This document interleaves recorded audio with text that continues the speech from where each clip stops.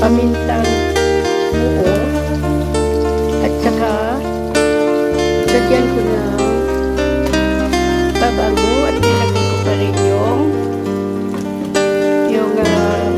lemongrass. At saka ilalagay natin ang